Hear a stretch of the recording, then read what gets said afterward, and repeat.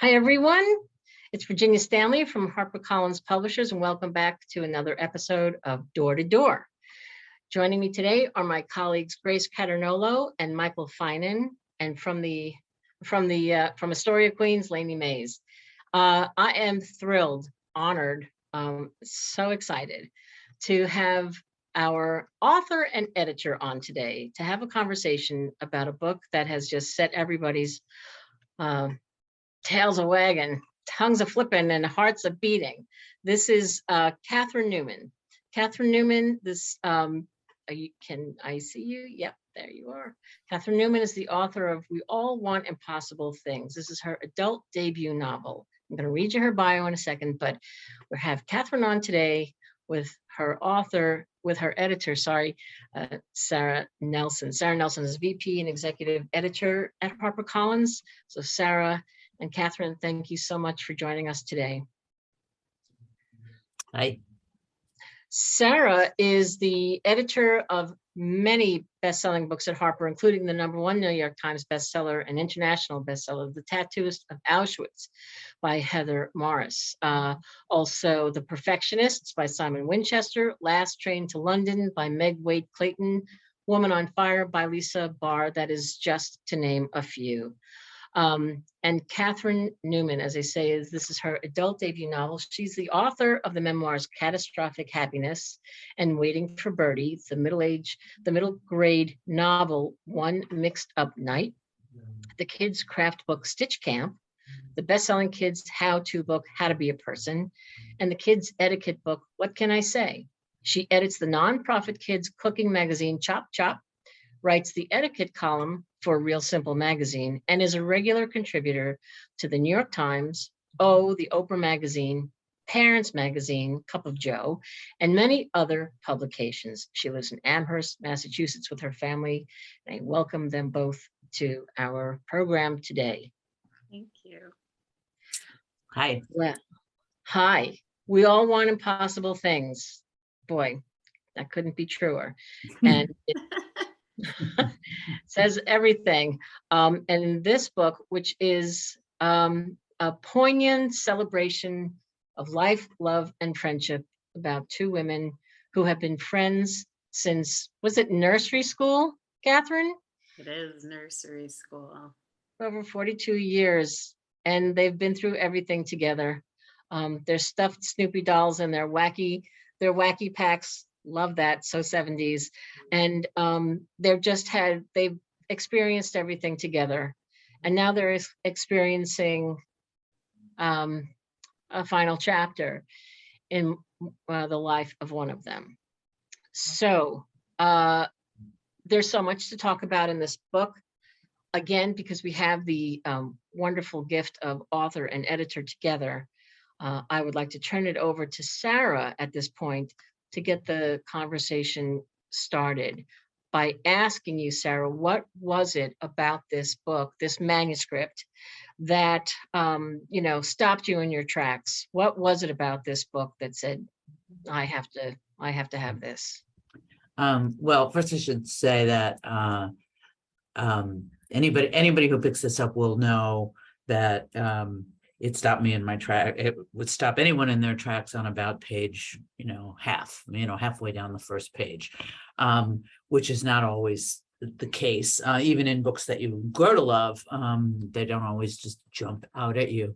I have to say, give a shout out to Catherine's wonderful agent, Jen Gates, because she had sent it to me. It came in under another title. We can talk about the title in a minute. So we're really proud of that. The title we have now came in under another title, and I like her agent, Jen, very much. But, I get a lot of manuscripts. And so I had it in my reader and I was like, going to read it, and I didn't get to it.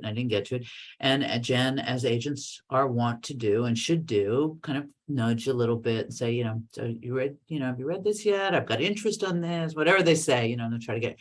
So she did that, I think, twice, which is not that many times. And so the second time, I remember it was a Friday afternoon.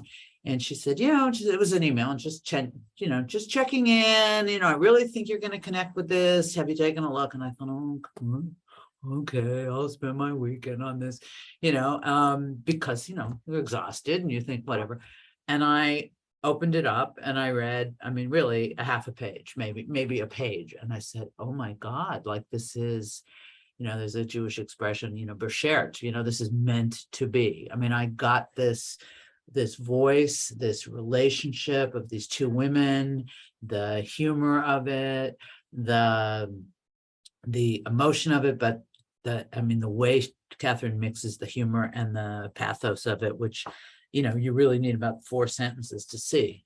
So it was really that fast. And I just thought, and it was a Friday afternoon and I read it. I think I had house guests, so I think you made me very rude that weekend, Catherine. And I was like, oh yeah, no, yeah, the breakfast is over there. I'm busy here. And so I think it was Monday morning where I called Jen and I said, I want this. And, being a good agent, having nudged me to death, she then said, okay, well, I'll get back to you in a few days. But she did, and the rest is history. So do you want to tell a story about I love that story. I know that just like made my whole day. Well, Jen was always like, Sara Nelson is going to love this. And we were meeting with a lot of editors at that time. And they were great meetings, a lot of them, but there were definitely, people were like, I really like it, but, if I buy it, I'll want like you to tone down somebody referred to the shtetl humor, which of course I doubled down on the shtetl humor. But, there were just different things where it was like, oh, it's kind of weird that she's so sleazy, or it's like a little too funny, or it's a little too sad. And I feel like the other side of the story you tell, Sara, is that for me, you were just like, I love it. I love it the way it is. Like you had, it wasn't like you didn't have editorial thoughts or ideas or ways to make it better, but there was like a fundamental way that you connected with it that just made me feel so happy and secure just from the get-go, from that very first meeting. And it turned out we knew a lot of people in common, which was also just the beschert part. It made us feel like we were meant to be working on this book together. Right. Yeah, well, I think probably the only thing I said, I remember a couple of things that I said, but the one thing I said was that we would probably want to change the title. And so we went through a lot of emailing, this is in mid-COVID, so nobody was seeing anybody, and we were just emailing. Not that we live in the same city or anything, so we weren't going to see each other anyway, probably, but so we were emailing back and forth with titles, and we had some really wacky ones and some really boring ones. And then there's a line in the book where Honey says, well, there are 2 lines that jump out at me, and one was, you're hurting your own feelings, and the other one was, you always want impossible things, right? Or you want impossible things, or the things you want are impossible, something like that. And so we both kind of zeroed in. We were zeroing in on various other lines or concepts in the book, and when we hit on that one, it was like, that's a great title. Totally. And it was first we were like, oh, should it be we want impossible things? Right. And then we were like, oh my God, we all want impossible things. Yeah, I forgot that. You're right. This was, I think, just it's like the perfect title for the book. I have to say, when I say it to people, the reaction is almost 100%. Well, yes, we certainly do. Or don't we all? Or, everybody kind of gets it immediately. So, so there you go. Right. And also that besides that she's such a pain and wants impossible things in the way of wanting everything, like the heart of the impossible thing is she wants her friend to not die. Like it's the perfect, it was such a great title idea because it really captures a lot about the book. We got a question in the chat asking what the original title was, if you don't mind sharing. It was Wake Me.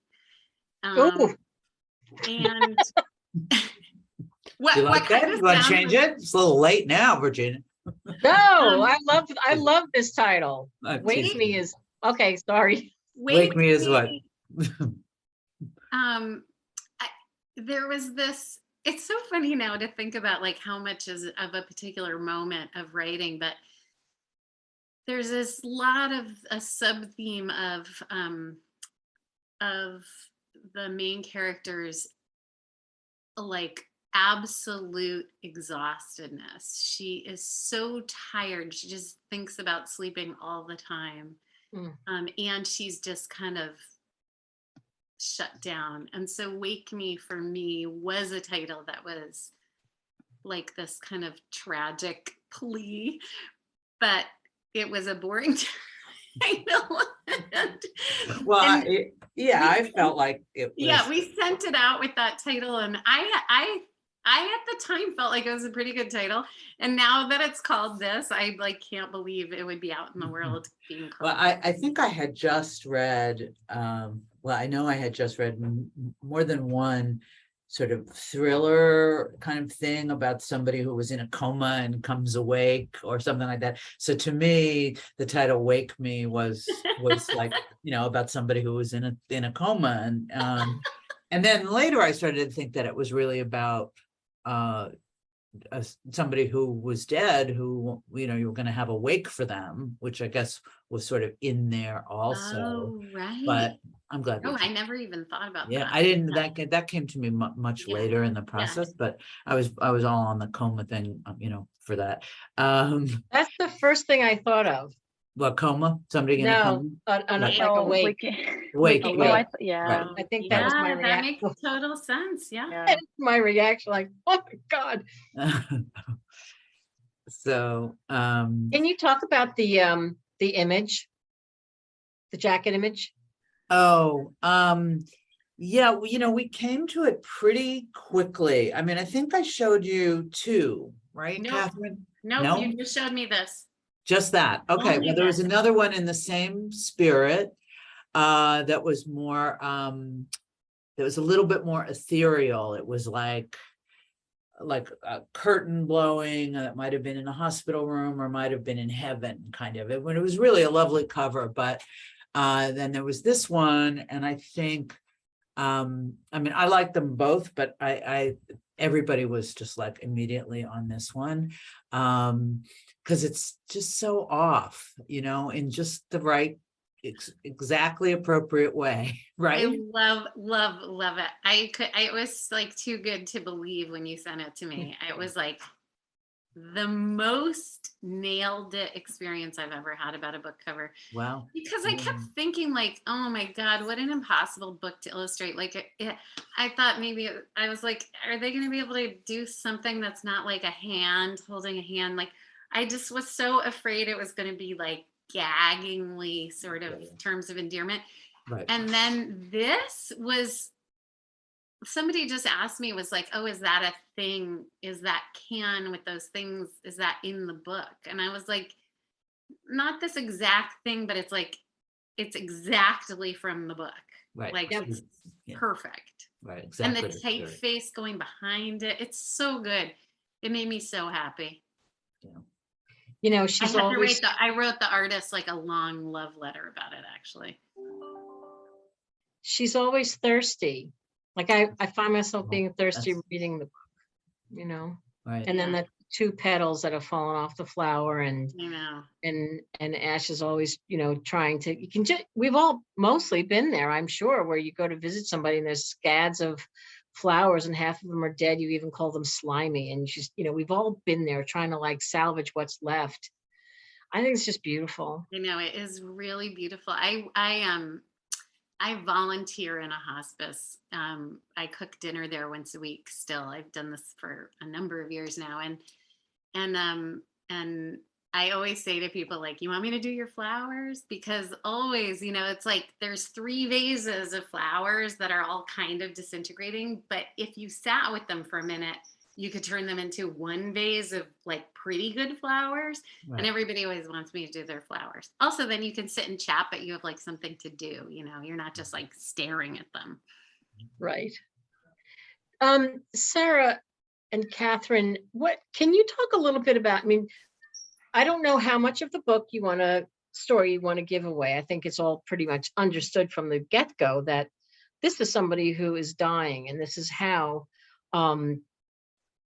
this is the story of how that's happening, where that's happening, and the characters which are involved. And I have to say, the characters are so wonderfully, beautifully drawn out.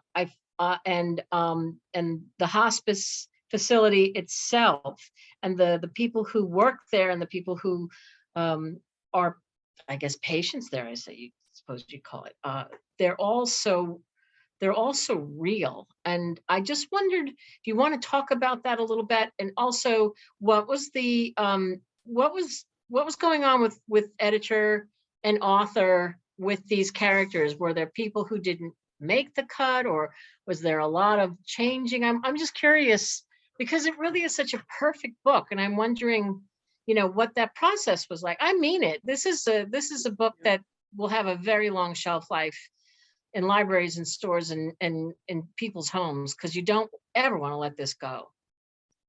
We actually, if I can just jump in real quick, we have quite a few people on Facebook who want to know, who are asking similar questions, who want to know about the experience writing the book, and whether this was an experience you had, a friend's experience. So I think that kind of ties into what Virginia is saying. So just want to throw that out there. Maybe that's a good time to talk about mothering my dying friend. Yeah, so that's a piece I wrote for the New York Times. My best friend, in a crazy coincidence, like Ash in the book, I also lost my best friend of 40 something years. She died of ovarian cancer in hospice.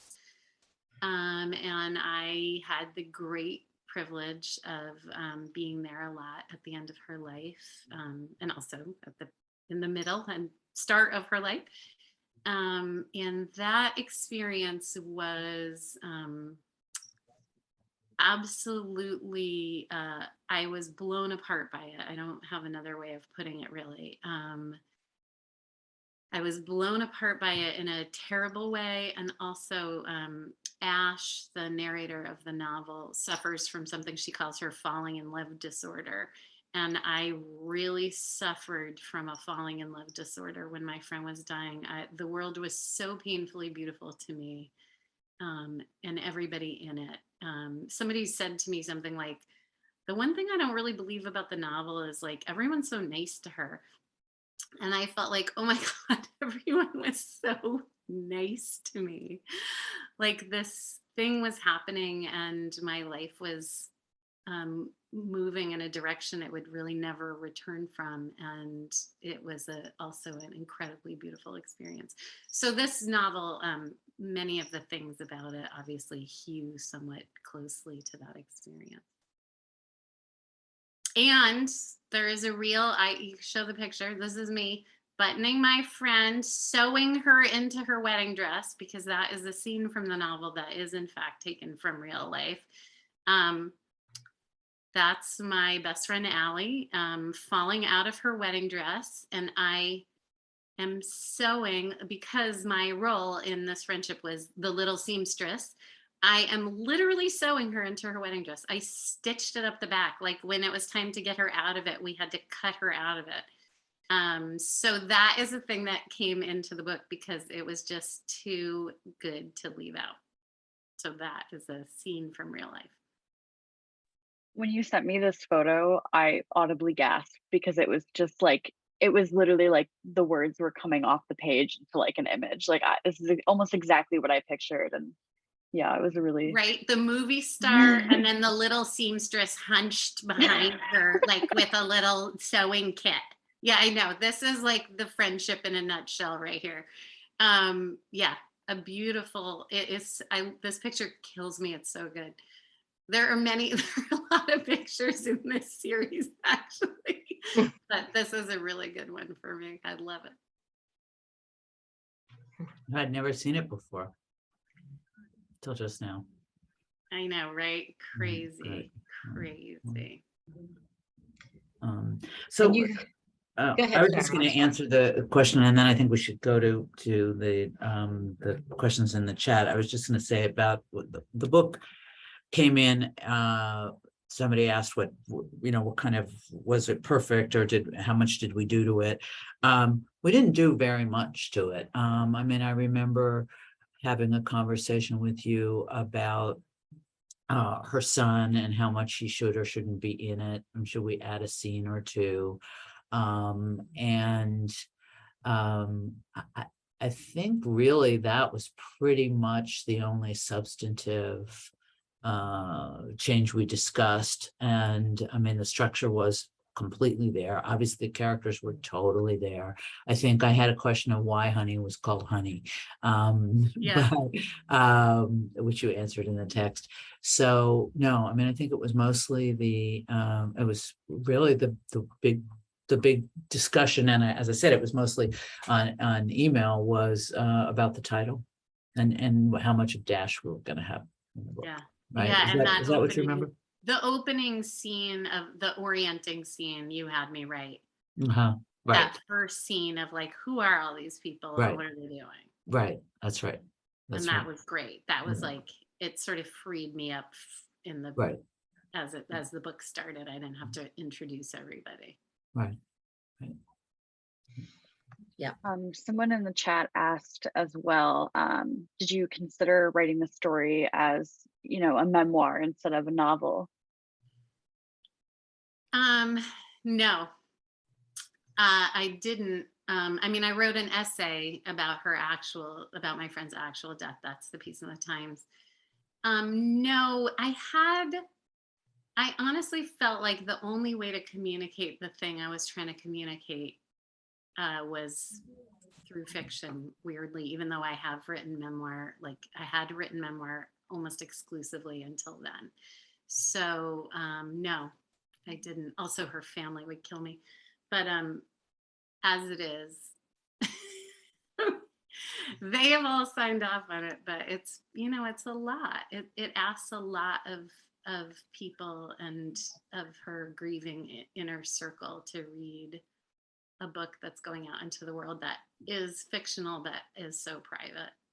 But luckily, it's fictional, I think, enough that they feel a little protected.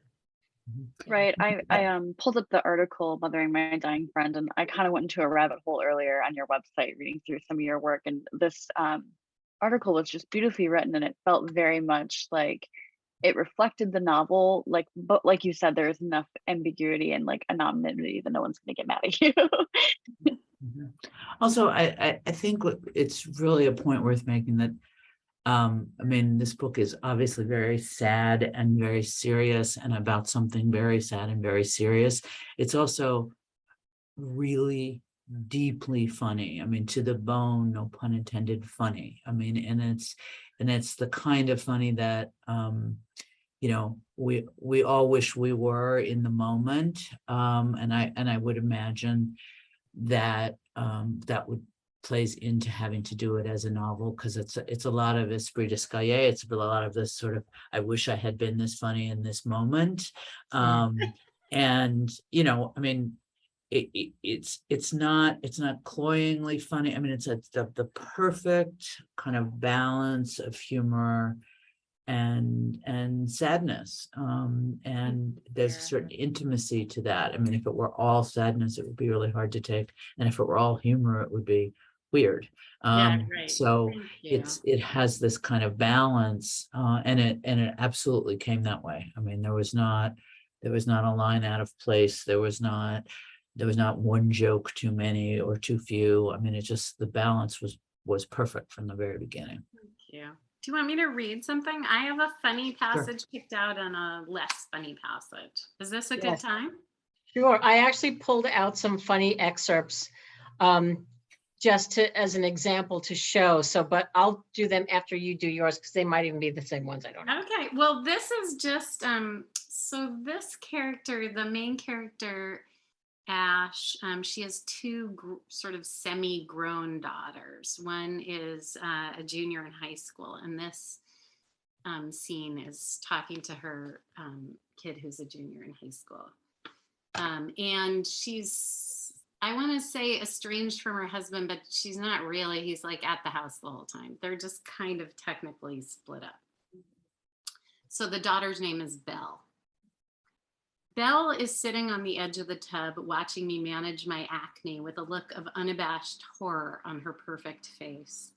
Are you popping a pimple on your chin with the pin of an Obama badge? Mom, she says, my God, I don't like to see that. So go, please. I feel like I have no memory of you knocking, I say, but here you are. Now I'm dabbing on a little medicated concealer. You should just get one of those pretend rocks that hides your keys, she says, but like for your face. Thanks. Thanks, I say. Mom, she says, you're great, you're gorgeous, but seriously, what is up with your skin? Stress, I say. Menopause, my badness pustuling out of me in pustules. I really have no idea. I dab balm on my lips. Maybe I'm pregnant. Oh my God, she says, looking up from her shin where she's begun drawing a skull with a black eyeliner pencil. Are you? Please, I say. I'm not. I'm kidding. My eggs are like a miserable old bunch of crone grapes. Yeah, Belle says, somebody already ate all the good ones and now your body's like, oh, I guess this one's not too bad, and picks the least wrinkled or moldy one to send down the chute. Thanks for elaborating, I say, but she's already interrupting. But mom, you could have a tiny little shrivelly raisin baby. We could keep it in a matchbox. Go, get out of here, I say, swatting at her with a hand towel, but she doesn't move. Do you know that some people have something called a stone baby? It's actually super common. It's basically a baby that turns into a fossil before it's born. Wait, I'm looking it up. She taps on her phone. Lithopedion. It's a calcified little baby. There have been as many as 300 recorded cases in human history. I don't think I'd call that super common, I say. Wow, Mom, this woman had a stone baby at 90. There's tons of time for you. Oh, there's a picture of one. She holds out her phone and I lean over to look. Belle, I say, that's a marble sculpture of God's hand with a sculpture of a baby in it. I look closer. It's a garden ornament. So it is, she says, but ooh, you can buy a 3D printed stone baby on eBay. She shakes her head. A plastic stone baby feels like a metaphor for something that is definitely not good. All right, that was the funny part. But I have another part picked out. Do you want me to read it? Yes. Okay. This is about the main character Ash and her friend Edie. At the risk of sounding like a diamond commercial, we share a lifetime of memories, Edie and I. We went to preschool together and then elementary school. I wore green corduroy knickers and a gunny sacks blouse to her bat mitzvah. Sorry to date myself there. We trick-or-treated together, were flashed together in Central Park by a man in an actual trench coat. We made ribbon-braided barrettes together. We attended different high schools, but we went to REM concerts together, to David Bowie concerts. We ate mocha chip Frusenglage. We drank Tab and Fresca and Diet Slice. We spritzed each other with anais. We kept toothbrushes at each other's houses, showed each other's our hickeys and hurt feelings, our SAT scores and pregnancy tests. She ended up at Columbia and I ended up here for college, but we went abroad to Italy the same semester of junior year, swallowed our own body weight in gnocchi and stayed overnight at a brothel in Naples, which we had mistaken for a youth hostel. We presided over each other's weddings, hosted each other's baby showers. We held each other's newborns, and then during her treatment and my divorce, she's not really divorced, each other's hands and hearts. Edie's memory is like the backup hard drive for mine, and I have that same crashing, crushing feeling you have when the beach ball on your computer starts spinning. I have the feeling you'd have if there were a vault with all your jewels in it, everything precious, only the person with the combination to the lock was hanging onto a penthouse ledge by a fingertip.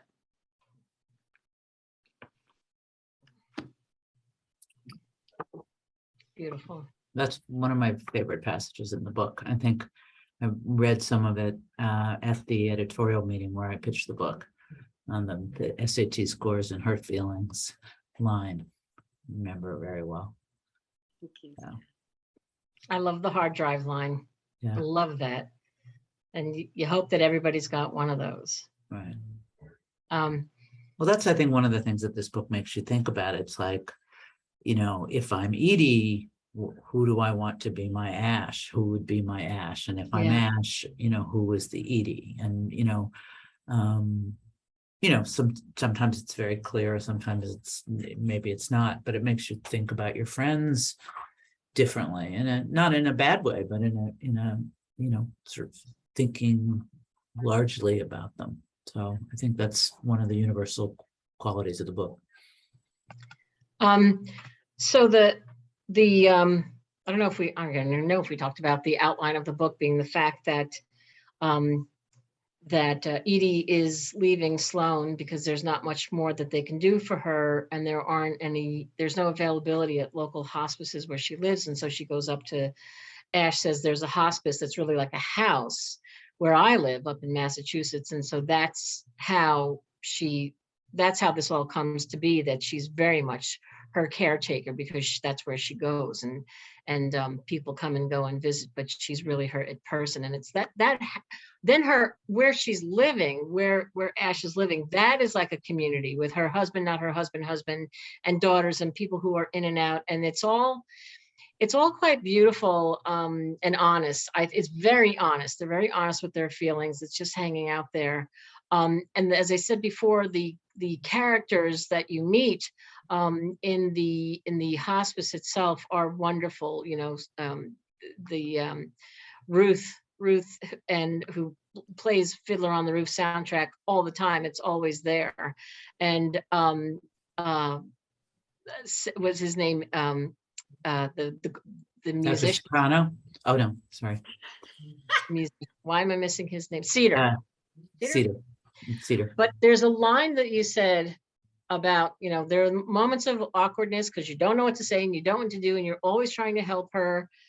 And you say, there are many hidden awkwardnesses in hospice. Like when you say things like, this gelato is so good, I'm dying. Or, oof, I ate too much gelato, kill me. And then remember that there's an actual dying person also eating the gelato, or a person whom I genuinely wish you would kill them. It's that kind of brilliant and honest writing that is throughout this book that is, as Sara, you just said, I feel like it's a seesaw and nobody's going up and nobody's going down. I feel like it's the right, tender, respectful amount of humor and things that you would say because you'll put your foot in your mouth. We all do it. And yet at the core of this whole thing is just so much love. There's a sticker board. Can Grace, can we pull up the sticker board? Catherine, can you talk about that? Sure. This is just this is how I wrote the novel. I got a sticker by like the most ridiculous person. I administered my own reward chart, and it was this sticker chart. A friend of mine sent me a ton of these stickers that she designed. I got a sticker for every 500 words I wrote in a day. And it turns out that, like a potty training 3-year-old, I'm completely motivated by stickers.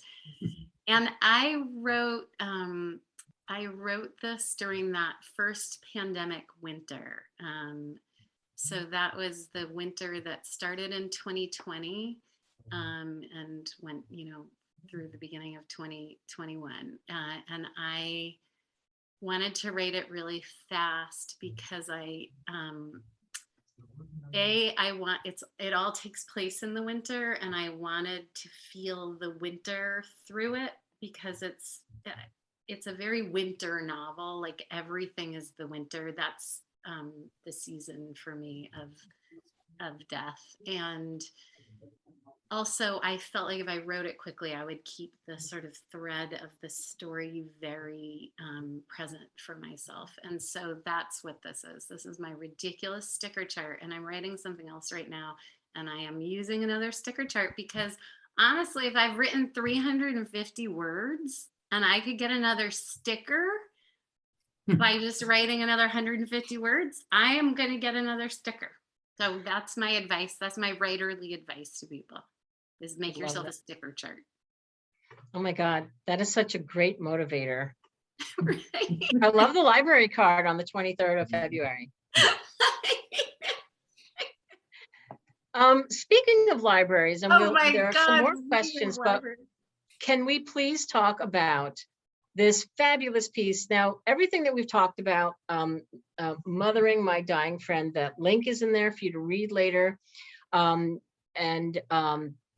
Actually, if you just go to Catherine's, there it is, My Love Letter to a Public Library. This is another piece that you've got to read, and the link is in there. I read part of this at the ALA conference this past June, and it brought the house down. And I read it for a reason, because after describing this book, and there's nothing like reading it to really get the point across of how wonderful it is and how sad and beautiful and tender and funny it can be. And so this piece that you wrote for Oprah magazine, My Love Letter to the Public Library, is a dish of a piece, because it is so funny and it shows the flip side of the seriousness, which is at the core of this, I think, respect, great respect, admiration, and appreciation for libraries and the public library. But it is so funny talking about,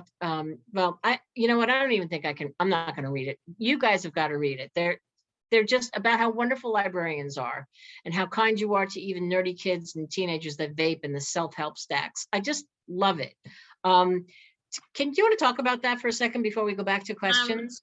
Yeah, well, I'm like a menace at the library. I request hundreds of books a year from my public library. There's a big interlibrary loan system, and everyone in my family gets sent to pick up my books, and everybody in my family is known by sight, which is a source of great pride to me. So like my son, who doesn't read at all, can go in to pick up my books, and they're like, Ben, we got your mom's books, and they're all on a giant stack.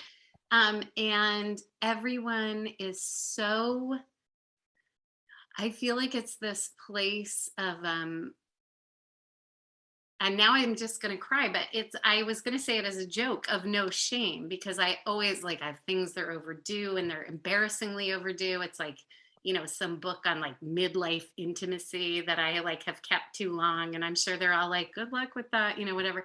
And, but they're always so loving and forgiving. And I'm never in trouble for bringing back books late. But I think it's so much bigger than that, because as you know, being librarians, your job is this incredible care of your community. So in our town, the library is has one of the two publicly accessible bathrooms in the entire town. So there's one in town hall and there's one in the library. And so, as you know, I don't need to tell you, the library is where you hang out if you need to be somewhere warm or somewhere cool, or you can't go home for whatever reason, or you don't have a home to go to. So I'm just like a huge fan of the library. I was going to say stan, but I don't know what that means. My kids say stan, but I realized I had no idea what it meant. It's probably dirty, so I won't say that. But I'm just a big lover of the libraries. And I worked in the kids' libraries when they were, in elementary school. I have designs on library work is another thing I should be out about before I'm suddenly in your library working there. Great. Okay. Can I just say one thing that please. one of the blurbers of this book called Catherine a philosopher, a brilliant philosopher of the everyday. And I think that's such a wonderful way of explaining her as a writer, but also the character in the book and the message of the book. I mean, it's like all the little stuff is the stuff that matters, and how you kind of put things together. So a philosopher of the everyday. It's just I'm going to steal that. I'm going to call myself that. I don't know, something. Love it. It'll be on your business card. Yeah, right. There is a question from Pam Erickson Gardow who wants to know if there's an audiobook, and can you please talk about that, and finding the perfect narrator. There is an audiobook, or there will be. Yeah. Yes. I mean, the way we find the narrator is we did, like all publishers, I guess we have a pool of narrators that we look at. It's not it's the people in the audio department who are, you know, very experienced at this, and they send me, and I send to Catherine a list with clips of them, and then we make our choices, listen to them, and discuss and decide who we want to be, you know, for second and third choice, because sometimes people aren't available, and that's what we did here. It's funny, Catherine, when you were reading that scene with her daughter, you became the daughter. Mm-hmm. I know that daughter well, is all I'll say. Okay, all right. That was going to be one of my questions, because this is not necessarily biographical, but to some extent is Belle based off of anyone in particular? Because I loved her character and I found her so funny, and I found her like funny but also tender in the way that she's really mothering her mother through this, and it was a very beautiful relationship that I thought you breathed a lot of life into. Oh, thank you. Yeah, so Belle is modeled very closely on my daughter Birdie, who was actually floating through here. She was coming from college to see the cats. Yeah, Birdie was home a lot during the pandemic, and I was writing that character practically like in real time. Like, she would say something funny and I would just like put it in the novel. Like, I was that unimaginative. None of her great lines are things I imagine. They're just actual things she said, like probably that day. So that was really fun. And Birdie always is like, find out if they liked the Belle character. That's what she always says. She's like incredibly vain about it. I'm a fan, so you can let her know. Okay, I'll tell her. I'm gonna tell her. She also was my first reader. She read the book cover to cover. She's the first person who read the book. And I trust her with my life. She's an incredibly loving and generous person, but also a really smart reader, and just an all-around great kid. Sylvia Chipka Buonani just wrote in quotes, she came home to, quote unquote, to see the cats. Yeah, I know. I was thinking the same thing. She didn't come home to see you. She came home to see the cats, right? Wink, wink. Vicky Nesting says, I was touched by the scenes where hospice staff would come in and distract everyone in the room when another patient had died and was being taken away by funeral home staff. Yeah, that's an awkward thing. The fact, it's very hard to keep morale up in hospice when people are dying all around. You know, that's true where I volunteer, where someone will say like, oh, I'm taking up too much of your time. And I always have to remember not to be like, actually, you're the only person here right now. Because like nobody wants to hear that, it turns out. I mean, not a week goes by that I don't say some terrible thing, but I'm really working not to say like things that make people filled with panic and despair. Mm-hmm. Yeah. I'm sure you're quite a consolation and a comfort to them. Thank you. Making awkward small talk, as I like to do. Well, you know, that reminds me a little bit, and I wrote this down when Edie is talking about her son, and when you say here, let me just find it real quick. When Ash is reassuring Edie that she's filled her son with love, that it's okay, and she says, all those pancakes and school lunch sandwiches, all of that food and care. She's looking into my face, nodding, even though I'm fully winging it right now, panicking, words pouring out like I'm a hose on the weepy constellation setting. Everything you've ever fed him, I say, his whole self is made completely out of your love. I thought was beautiful, and I could completely relate to that sort of panic where you don't really know what you're saying, but you hope you hit the right mark to make them feel better. But I also thought it was absolutely beautiful. Thank you. the placenta, all of it. It's just, oof, such a good book. Nicole Terry Williams says, I cried and laughed so hard that I cried while reading this book. The balance was perfect. So much love. And she says, loved Ash giving Junior a haircut. Oh. The references to Fiddler on the really, it's just so many people just saying how much they loved the book, touched by the scenes. Our friend Casey Davis says, after the death of my mother, I ran into a friend of mine and she asked me if I was good or bad. And I said, good. It was the only time I was asked that particular question. People don't want to talk about death or address it, let alone laugh about it. Has your own personal experiences helped others see death in a more inviting way?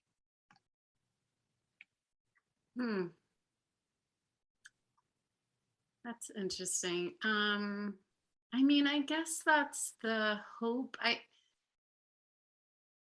think it's interesting that this book brewed for this number of years, and when I wrote it was the middle of a global pandemic, and I think it was almost like this moment where culturally there was this reckoning with death in a more direct way than I would say that as a culture the US has ever done before. This idea of looking right at it, instead of kind of nervously, politely avoiding it. So I think probably this book is like part of a zeitgeist around that more than, doing some special thing. I mean, I think it was just part of this moment of people writing and thinking about death. Yeah. There's just, people are saying, Ravella Leaf is saying, I'm so happy to have been part of this conversation. There are people from all over watching, Connecticut, San Francisco, and Maine, and Jennifer Winberry in Jersey and Wisconsin. I mean, everybody is just chiming in and listening to this and either having read it and loved it or can't wait to dive in. We're just so thrilled to have you both on. Sara, to have you on to just talk a little bit about, what your working relationship is with each other, which is always fascinating, and how you how this book came to you. And then I just think it's so powerful when a book's, as you say, halfway down the page, you said, this is for me. Yeah. And I mean, may I ask Catherine, put her on the spot, an editorial question. You made some reference back when we were talking about the chart about I'm writing something now. You never say that to a room full of readers. Never, unless you want to have them ask this question, which is, what is it and when can I see it? Okay, it is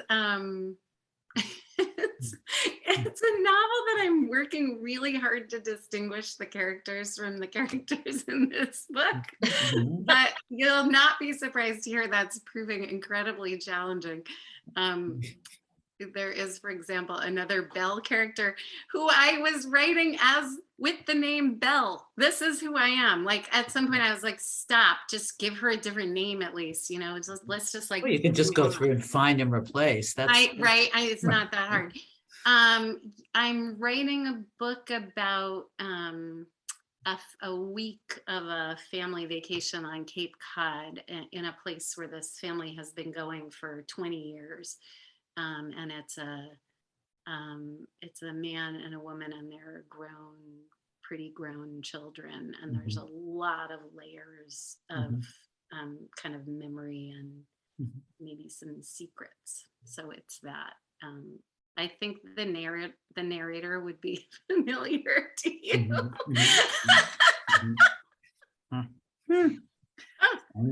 Okay. Right. Did she go to the vineyard and pay $4,000 for a piece of cheese? Sorry, little inside joke. I sent Catherine a note about something the other day, and she said, well, I hope it pays something because I'm on Martha's Vineyard where it costs $4,000 for a piece of cheese. We asked if people have ever been to Martha's Vineyard. I Martha's Vineyard is new to me. We went to a place called the Gray Barn. And when we asked how much the cheese cost, I'm not kidding, this woman said, "What do you mean?" And we were like, "Well, it doesn't have a price on it. Like, we just want to know what it costs." And she said, "You'll find out when I ring it up." Wow. What? I Wow. was like, okay. So we did. You know we it's gonna be did. We expensive. gambled our lives away. We just How much ring was it? up. How much? It was $18 for a piece of cheese. I mean, it was incredible cheese. I was going to say, it was a good cheese. If I had it to do over, I'd buy it again. Oh, okay. Okay. I mean, That's we did have to like refinance our house or whatever, but it was still. Oh, you should have stopped at the Costco. Yeah, that's right. So I want to close this up, and we don't have to stop, but I want to make sure to get this, and you're getting so many funny faces, so many funny emojis are flying up. There are so many quotes, so many raves for this book. Laura Zigman, Joanna Rakoff, Katherine Center, Amity Gage, Kat Baer, Catherine, Publishers Weekly. It goes on and on. You have a Marion Keyes. Kirkus gave it a starred review. Newman perfectly captures the beauty and burden of caring for someone in their final moments while showing the gift of Edie and Ash's once in a lifetime friendship. A warm and remarkably funny book about death and caregiving that will make readers laugh through their tears. I think we can all agree that that is pretty on point. We've all done it here.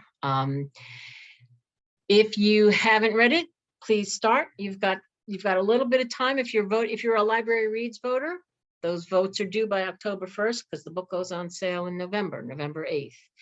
If you want to go down the rabbit hole and read all the great stuff that Catherine Newman has written, go to catherinenewmanwriter.com. And I think we have that in the, I think we put that link in there as well as the pieces that we talked about before.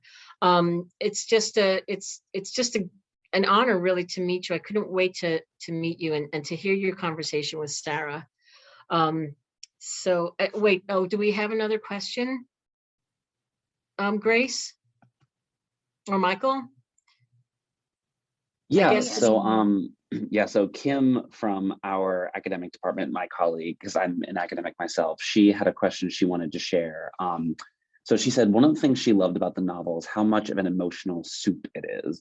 Nothing is very easy or clean, actually or emotionally. In some ways, it celebrates mess and hard things. So was that in any way liberating for you as a writer and a creative person? To let it be a soup? Yeah, to just not worry about it being clean and easy. Yeah. That's such an interesting question. I just wrote emotional soup in my notes because it just feels like I have been calling it a sleazy hospice friendship romance, but now I think I'm going to call it an emotional soup. I feel like the great revelation for me of turning 50, so I'm going to be 54 next week. I turned to 50 and I was like, oh, you don't have to pick a way to feel about something. I think other people learned this sooner, but I had always been raised to like have an opinion about every single thing and know exactly how I felt about it. And the burnishing of loss for me, part of what I've learned from that is that you can feel all the different feelings at once.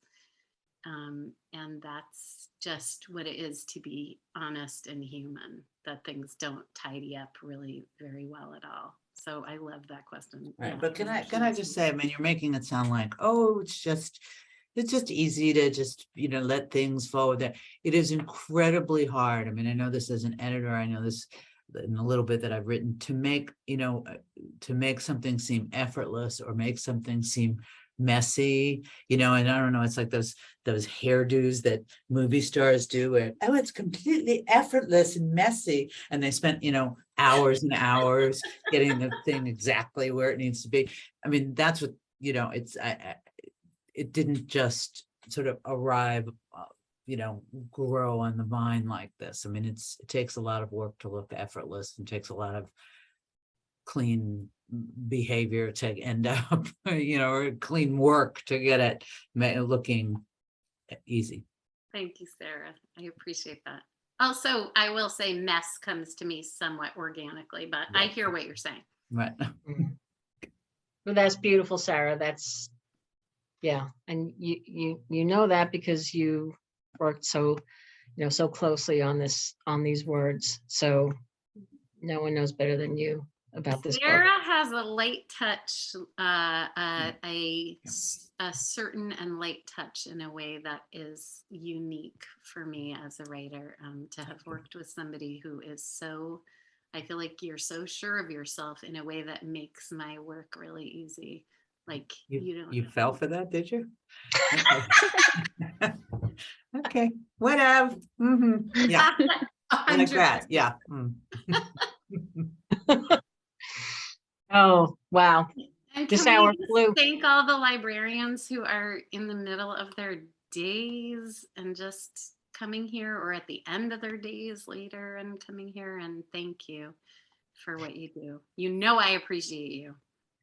They do, because the words in that piece were so wonderful and so authentic, and they just rang so true. You're getting so many thumbs up now, and they're just thanking you. Thanks to all of you for this wonderful. I can't wait to listen to the audio. Thank you for joining us, Catherine. Thank you, insightful and thoughtful.